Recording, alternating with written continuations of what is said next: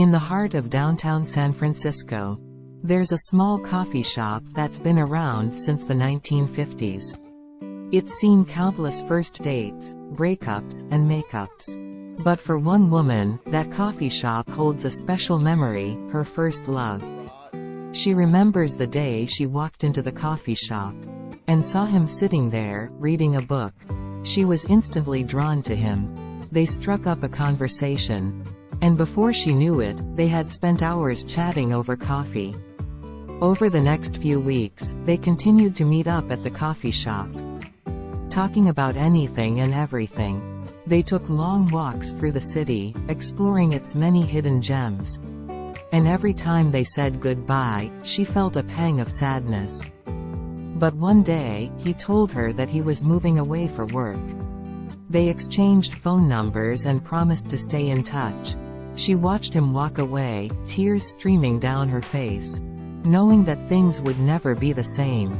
She tried to move on, but every time she walked past the coffee shop, she couldn't help but think of him. It became a ritual for her to go there and order a coffee, to relive those memories.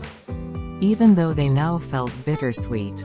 Years went by, and she eventually moved away from San Francisco. But every time she visited, she made sure to stop by that coffee shop, just for a moment of nostalgia. One day, while she was sitting there, lost in thought, someone tapped her shoulder. She turned around to find him standing there, looking just as handsome as she remembered. They caught up over coffee, laughing and reminiscing about old times. And even though they had both moved on with their lives, there was still a spark between them. As they parted ways, he handed her a slip of paper with his phone number on it.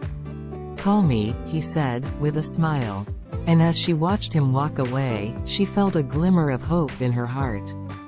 Maybe their first love wasn't over after all.